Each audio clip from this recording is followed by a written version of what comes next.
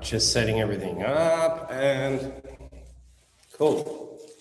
So it's a bit of an awkward situation, but I'm in Greece currently, and I thought I'd jump on and show people what I'm working with now. Those on YouTube are going to be seeing absolutely bugger all. I can't really see anyone's messages because I'm sort of standing up a couple of meters away from everything, but I thought I'd show you guys this. So this is what I've been working on. I've had to come back to Greece for family situations over Christmas, and I thought, what a better time to be here and check out what's going on with the shop conversion into a loft. So this was the shop that I bought in 2024, and then last year when I was here in summertime, we decided to start the process of converting it into a loft. I'm pretty sure it's echoing, so I'm sorry if the audio is terrible and if you're just staring at my nether regions from YouTube, but anyway, maybe I'll just do a bit of this. It's been an interesting time. It's obviously still not done. Still a bit of half-finished things to do. But as you can see, we added a loft space up there, put the staircase over there, bathroom in there, kitchen's going to go back here. I'm going to put a glass straight up there, still do some more lighting and stuff like that, and then obviously furniture here. And it's been an interesting time. It's been a wild time as well. I'm just going to come in closer and see if people are saying anything. Nothing so far. But basically, I'll flip this up so people can see me talking as well. It's been an interesting time. I've learned a lot of things. It's the second time I'm doing a shop conversion anyway, and it's a lot different than the first time because the first time was purely just a shop front, and we converted it into a little studio apartment, which I'm currently staying at the moment because it's empty as of the 1st of December, although I've been showing it to a lot of people, so that's going to go very quickly as well. Cool. I've realized that it's better to have a loft than it is to have a studio. They've got a lot more, they're worth a lot more. You can get a lot more return on investment with the lofts as opposed to just a flat out studio. I don't know why. I think maybe because it's just the added element of a separate bedroom or a separate area for you to sleep in as opposed to just being in the one. But there's a lot of these things popping up, and I was speaking to a real estate agent yesterday or the day before, and he goes, well, they're actually about to make them illegal as well. And I was like, well, that's very interesting. He goes, I don't know why they're going to do that, but Greece just likes to change the rules as they see fit randomly. I mean, they're doing it with the Airbnb stuff as well, obviously minimise down on short-term rentals. But I never expected that these things would sort of become, will come into, a scrutiny from the government as well. But I guess maybe the other thing is that people are just snapping up shops left, right and centre. There's not going to be many shops around. But after COVID, people also decided and realised we don't really need a shop front unless you're obviously like selling, certain products people don't really need a shop front anymore. You can work out of a warehouse, and most of the shopping's done online these days. So, unless you're an accountant or a lawyer or whatever, where you actually need people to come in, or a doctor's surgery, which this wouldn't be a doctor's surgery anyway. But it's been an interesting time. We don't have much left to go, but we've just sort of been taking it really slow, taking our time with it. I don't really want this finished till August anyway. I don't really need it till August. Which is kind of the time where people start looking at stuff anyway.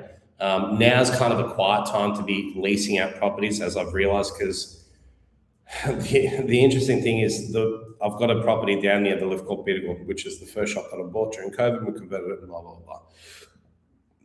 Brand new, fresh out of the box. We gave it to a nursing student who later on ended up working in the hospital around the corner, and now she's gone back to her village and found a better job. So for the first time since we've ever had it, it's become vacant. And it was very interesting because I spoke to a real estate agent. I don't really like going to real estate agents, but what I do is I'll put it up on TikTok, and then you get an influx of calls from all the agents. And then if they call you to take on your property, you only pay half or even no commission to them. Because if I call up an agent and say, I want you to take my property on, then they charge you a commission. So that's sort of the smart way that I work around it. And also, I'm leaving in a couple of weeks. Why not hand it over to an agent? My mum's 73. She's got her own issues to deal with. But he said to me, he goes, look, if this was in the middle of summer, this would probably go for about $450.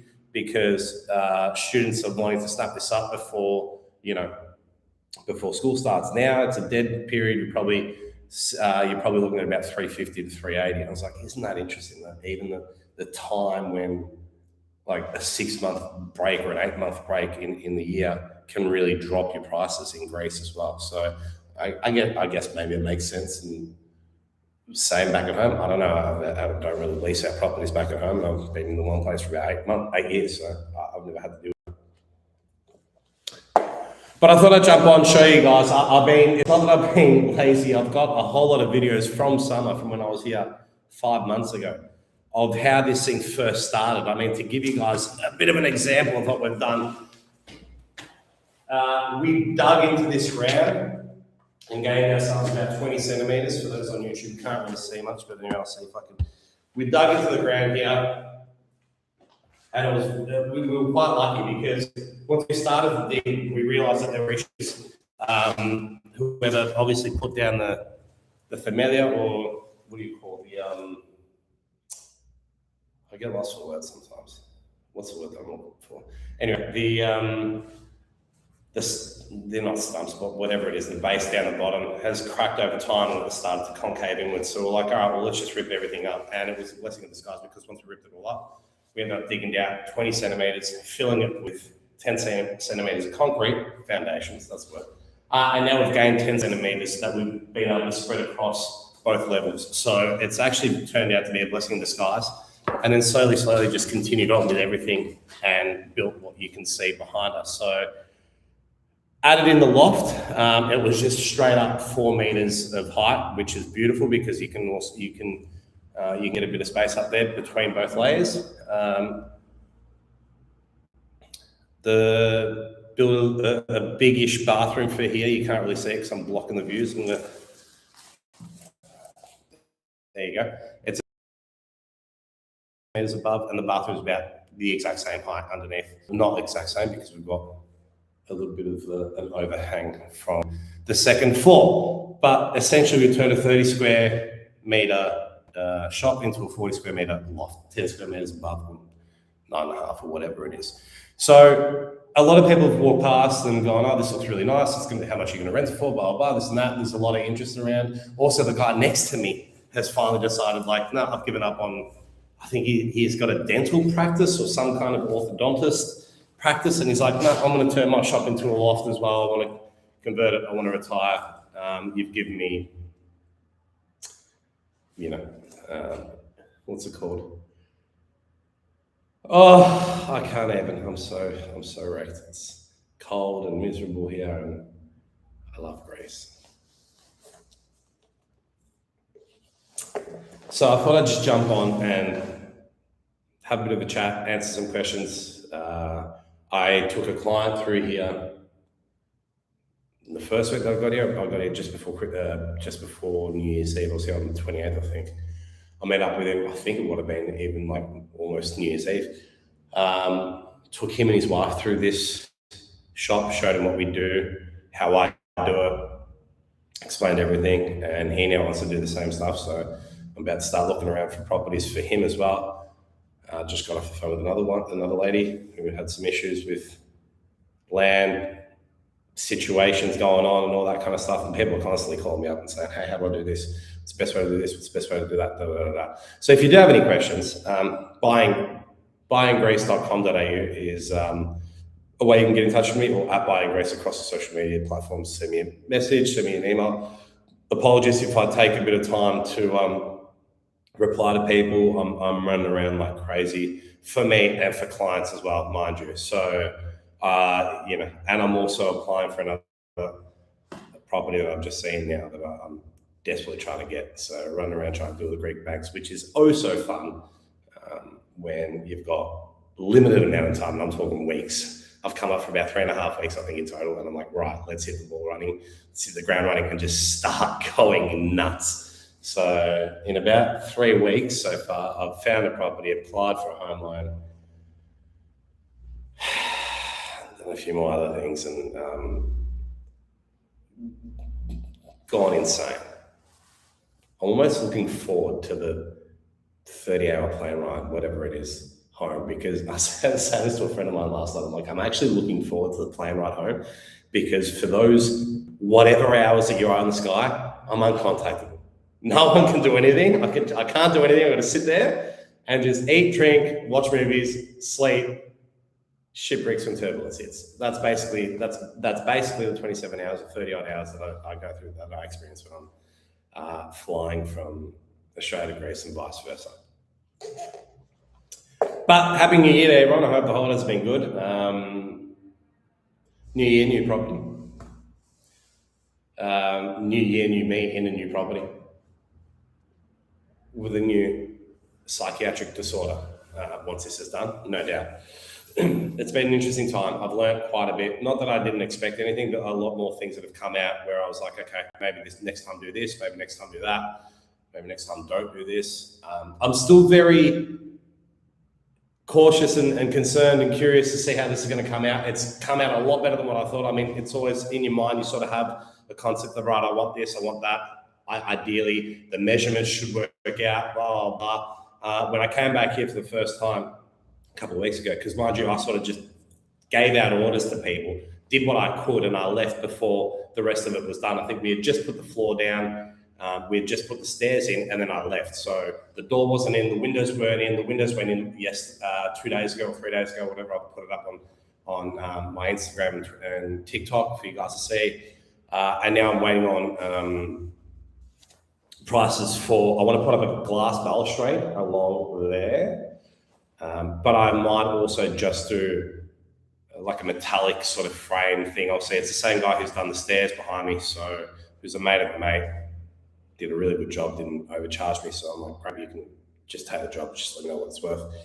And I'm kind of, it's one of those situations where I'm like, I've always been of the ilk of spend the money, make it look really good, and then, you'll make it back. You might not make back everything immediately, obviously, like, just because I put in 50,000 euro worth here doesn't necessarily mean I'm going to get 500 back a month. Even if I get 380 or 400 or whatever it is, I think the high quality, and I don't mean I'm going to put Italian marble everywhere either, but when you make it look a certain way, as opposed to just let's go and get the cheapest and nastiest stuff just to fill it in so we can get here. I don't like this whole idea of, it's for rent, they're going to ruin it anyway. Yeah, sure, yes, absolutely. Things are going to happen, like in any property. The last property that I'm staying in right now, the door's scratched, something's broken, this and that. That happens after 4 years, even in my own one back at home. But I still think that if you put in some kind of level of effort to make it look nice and you charge a little bit more, you're going to get someone who's going to appreciate it a lot more as well, because with a higher level, with a higher amount, if it's justifiable, if it looks good, you can't just leave it like this and go, I want $1,000 a week for it. It's a shithole, no one's going to pay it. But if you put in the money for it, put a Euro machine in the kitchen, mate, I think you are on point.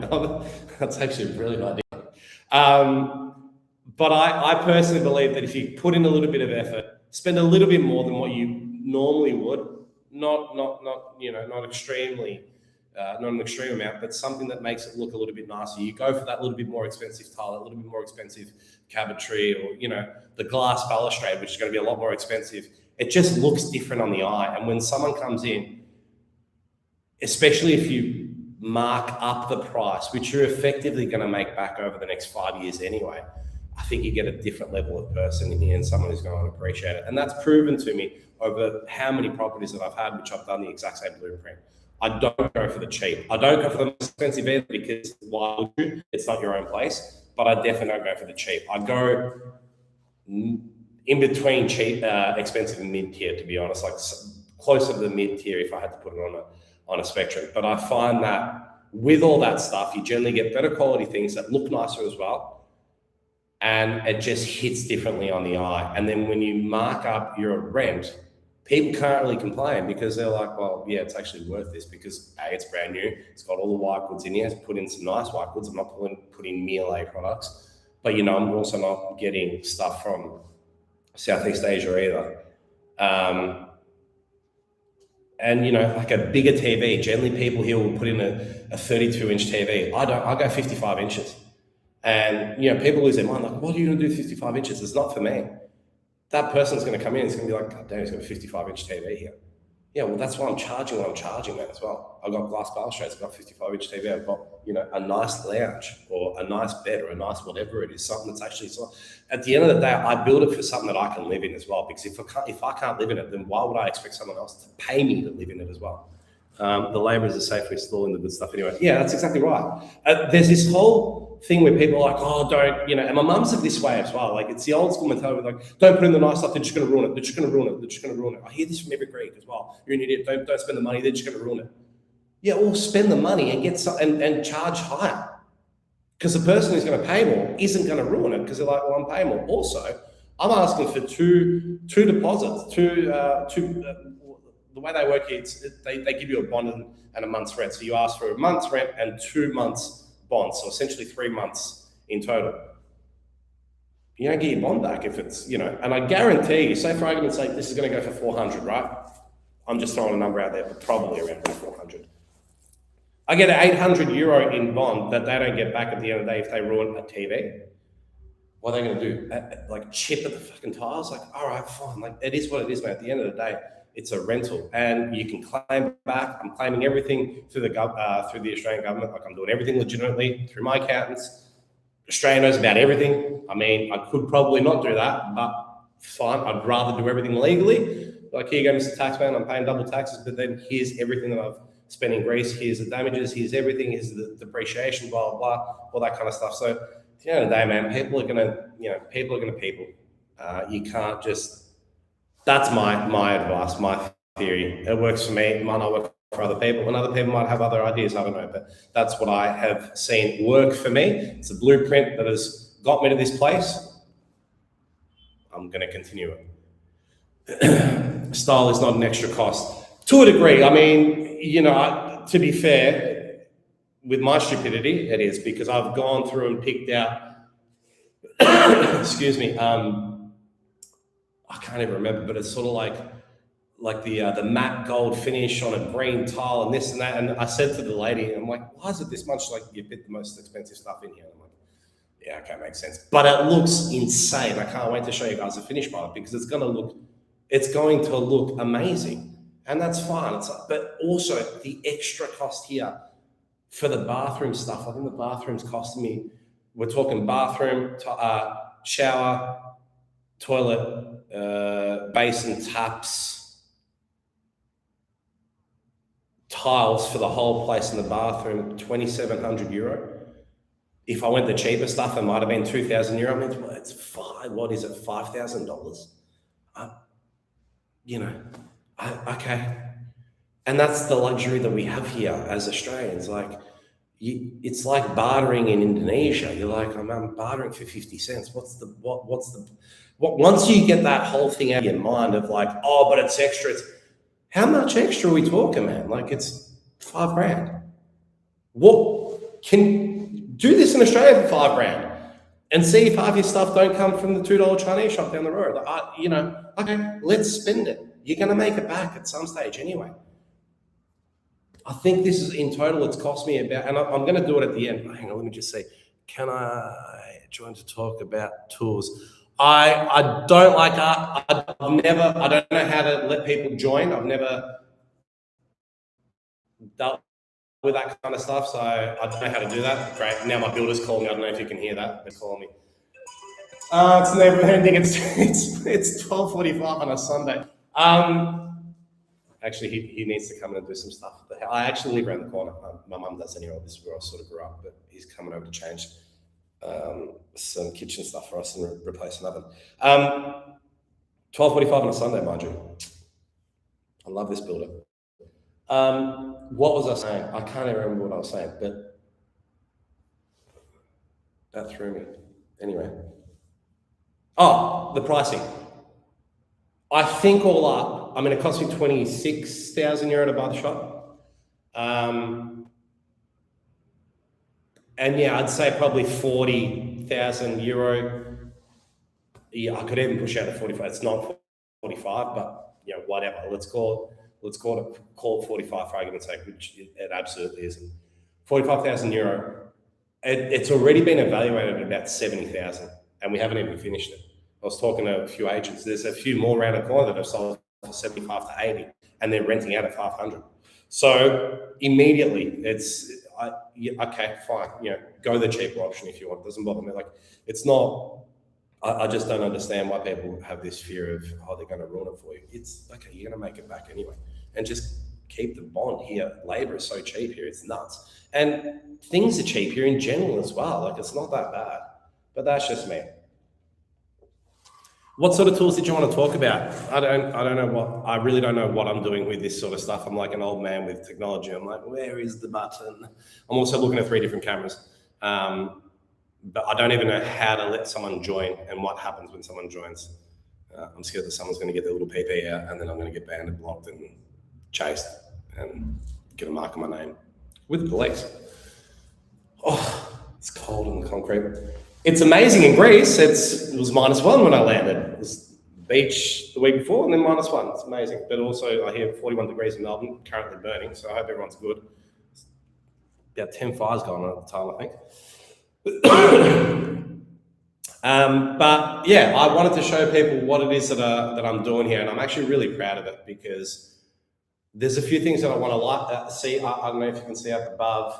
The bedroom essentially has got my builders put like a massive white LED, which just makes it look very hospital-like. And I was like, I don't want that. Let's just get rid of that. And I'm putting in like a mellow yellow kind of tone up there. And I'm going to rip that white LED and put it underneath there, which is the kitchen area. So I'm going to have that strip there. On the side here, which you can't really see because my back is. So for people there along the wall, I've got some holes for some spotlights for the staircase. And then we're going to obviously wood on the staircase and then tiles everywhere else, which I was actually looking at just doing polished concrete. I really like the polished concrete look, but it's not really big in Greece, and my builder was like, look, to get the machine to do it, it's just going to be through the roof. Like, for a rental, I don't really recommend it because it's just going to be a waste of money. I was like, yeah, you kind of. Also, the other thing that we don't really realize in Australia, because we don't get the level of cold there, but also we're not really, I mean, if you're Greek, you'd probably understand because your parents are probably putting out mats all over the place, but the floor does get colder. One thing that they've started doing, which a friend of mine did as well, and he bought a place and was building it last year. And then I went there this year, the other day, and I was like, man, your floor's warm. And he goes, yeah, I've ran all my pipes underneath the floor, all the hot water pipes, everything, just through every room of the house. So he goes, now wherever I walk, it's warm tiles. And I'm like, oh my God, that's amazing. So he runs it through, he ripped out the concrete, laid down all his piping and electrical all through the floor, concrete tiles, etc. And now everything's warm through winter. So, I mean, you're not going to do that here because it's a small point. I've even put natural gas has become a big thing here over the last 5 years. I've ran piping for natural gas. It's not worth it. I mean, this is actually pretty warm in here. As I said in here, even when I first walked in, I was like, this is actually really nice and warm. But I think one air conditioning unit will, do the trick. That's what I've got in the other shop as well. I should stop calling it a shop. In the other little studio, just got one little aircon. 5 minutes on, the place becomes a furnace. And I've been there during summer, same deal. 5 minutes on for cooling, and it becomes a fridge. Excuse me. So I kind of like these little things because, yes, there's a bit of work involved with them. In fact, there's a lot of work just with regards to the legalities of getting the conversion approved and going through the bureaucracy of the government and the local councils, and then dealing with the renovations, blah, blah, and all that kind of stuff. But they're a good little money maker, to be honest. Especially a loft. And the lofts have only become a thing in the last few years as well. Now, where Airbnbs started becoming a big thing, they started to see what we do internationally. They're like, hang on a second, we've got 4 meters of room here in the shop. Why not turn it into a loft? And you gain yourself extra space. It looks a lot nicer on the eyes, and you can charge a little bit more, especially for an Airbnb if you want to go down that route, which I don't. I would just rather have a steady income coming in every month, and also just having one person in here, because you can regulate one person. Yeah, you could make a lot more money through Airbnb, but if you're not here to actually handle it, you're sort of then losing in commissions to someone taking care of it anyway. Like I was speaking to an agent who goes, "Oh, yeah, we handle Airbnbs, and basically what you do is you say, all right, well, I want 700 a month for argument's sake, or 500 a month, and we pay you that, and then we do what we want with it." I was like, well, if that's, I'll just lease it out to someone for 400. For an extra $100, it's not worth my their job, because they're like, well, yeah, we can then, they could also make 2,000 a month out of it as well. Do you know what I mean? So, and that's just the way that the things work here. If you're here and you can handle it on your own, or you've got someone to handle it, organize a clean up, organize someone to hand over keys, and blah, blah, blah, I think go nuts, especially if it's central. Where I'm at the moment isn't central. Not that I couldn't do good as an Airbnb, but it's probably not going to be worth my while, to be honest, because for that extra €50 or whatever, or 100, 150, whatever it is that I'm going to make, it's going to be more as a headache than it is as a financial positive, in my mind anyway. But I've just sort of never really gone towards Airbnbs anyway. I would love to show you guys the reverse, but I can't really, because I'd have to move everything, and I can't even just flip the cameras, because all you'll see is a wall, because I've got you right up against the wall. But the windows here that went in the other day look amazing. It gives it a lot of light. I mean, you can see in the back, well, you can't really see because I've got the lights on. It's all come together really nicely. I'm actually quite impressed and quite proud of what me and my team have been able to do. Not that I didn't believe in it, but I just, you see something, you have ideas, you have dreams, you have aspirations and goals, you draw up some kind of plan, and then you go, I'm out. And then hope for the best, and the best they have delivered. So when it's finished, guaranteed I'll be showing everyone everything, and I've recorded everything along the way from August. As I said, it's not that I've been lazy. I'm not good with the editing stuff. It's not something I ever really wanted to. I mean, social media isn't something I ever really wanted to do anyway. But yeah, I've got to find someone to actually put all that stuff together. And I'm also working on something else that I don't really want to talk about at the moment, but it's something about buying in Greece with a lot of information. Let's just say that. And anything you want to know about is going to be in that thing right there. So that's been a slow burn as well, and working on that bit by bit. People have been very quiet, or maybe I'm just too blind to see anyone's questions or anything like that. But does anyone have any questions? Does anyone have anything they want to hear about or know about, or anything you want to ask while I'm here before I log off? Because my builder's calling me, and he's probably waiting for me to put my oven in and replace my tap. No, cool. All right, awesome. Well, thanks for joining in, guys. Thanks for listening. If you did, I don't know, if you stuck around for the whole thing, why? Buyinggreece.com.au is the website where you can find me on, at buyinggreece across all the social media platforms. I have been a little bit quiet. As I said, I've had some family stuff going on. How long do renovations normally take?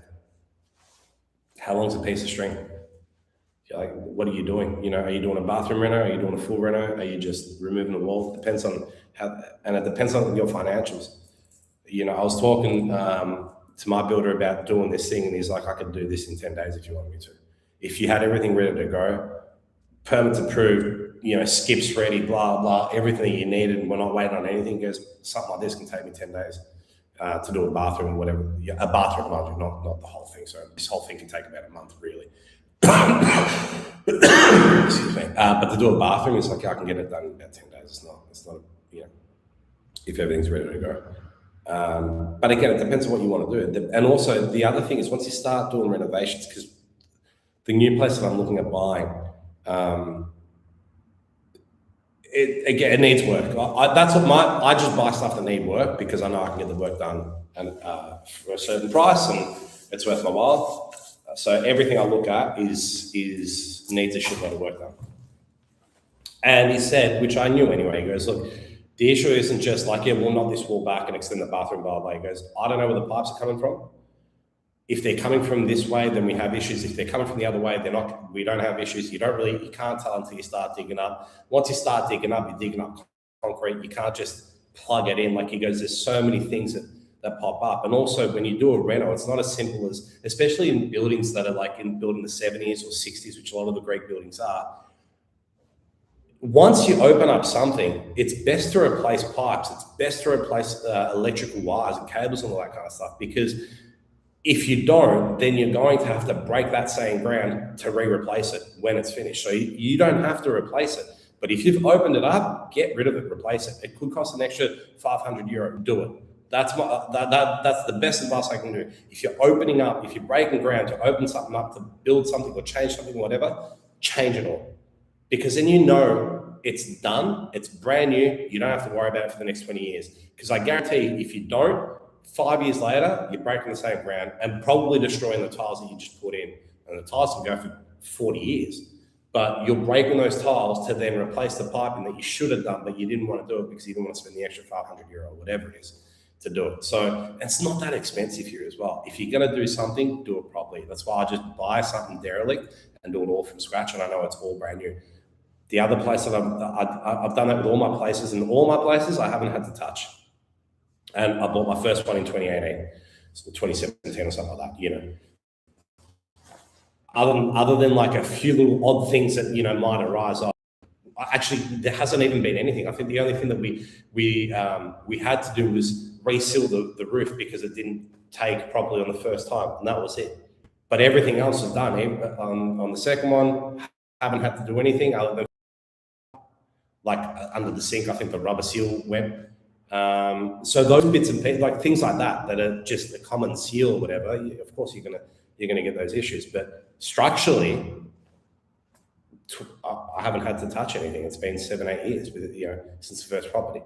But that's my advice: is if you're going to get something and do it, don't just touch it up. Do it properly. Do it. Sink the money in, because it's peace of mind, and then essentially it's just pure profit coming back in, because you don't need to then pay out for more things and do this. Oh no, and you're running around, you're trying to find people, and you're trying to find the right parts, and trying to find the same tile, and trying to find. It's just a headache, man. Just do it all from the start. It doesn't cost that much, you know. And if you're umming and ahhing because money is an issue and you don't have enough money, then don't do this. Don't play this game here, because unfortunately, again, I don't know. I don't build in Australia. I haven't bought in Australia. All my money just comes into Greece because I just find a better return on investment here. Things just blow out. And I don't mean by like $50,000 or whatever, but things blow out. You know, you can budget roughly what it's going to cost, but then, you know, you don't know what comes up when it's, again, I bought this shop, we thought the ground was fine. Hey, do you reckon we can, let's just break the concrete and just, you know, give ourselves a bit more room. We broke the concrete, the whole thing was dug under like this. And he's like, if we hadn't filled this in, your floor would have collapsed. And I was arming and ahhing about breaking the concrete because it was going to cost me extra. And I'm like, what am I doing? Let's just do it. It's a couple hundred euro. For a couple of €100, if I had done the cheaper option, I would have been right now. Not right now. At some stage, I would have been like, hang on a second. This floor has got a hole in it. There's a sinkhole coming out. And he said that, he goes, we are so lucky that we broke ground here. And the blessing in disguise was that firstly, we fixed the issue, and secondly, gained ourselves 20 centimeters in height, which in a place like this is golden. So that's what I'm saying. Like, don't be cheap and tight, do it properly, because in the end, it just saves you so much. And it's not even the money, because really the money here isn't, you know, we're not paying Australian prices, we're paying Greek prices. But it's just a headache, especially if you're in Australia and you're trying to deal with that stuff and you don't have eyes on the property here, or you don't really know who's doing it. Trust me, just do it right, do it from the start, from the beginning, and it just saves you time, money, and hassle, and peace of mind. And also it gives you longevity in the building, because for 20 years, you're not going to have to touch this place. Hopefully, you know what I mean? Like, you never say never, but like, unless there's a massive earthquake, and then everyone's stuffed, really. But that's the other thing. Earthquakes are a big thing here, obviously. You know, rules and regulations have changed since the earthquakes in Athens. I think it was in the 90s, where a couple of hundred people had died and buildings collapsed and all that kind of stuff. Like, they started putting more structural regulations. So anything post 2000, I think, or 2005 or somewhere around there, like, if you're buying something post that's going to be a lot better built than these things. Not that these things are terrible, mind you. Greece builds things to to last. Look at the Parthenon. A few thousand years, gone through every earthquake imaginable, still standing. So we know how to build stuff, but obviously it's going to be a lot better post the regulations. All right, my hands are freezing. I'm going to get out of here. I'll do another one next week. Thank you for tuning in, guys. Buyinggreece.com.au and at buyinggreece across all social media platforms. I hate you all because you're warmer than me right now. I'm freezing. And my builder's calling me. I got to go. All right, bye-bye.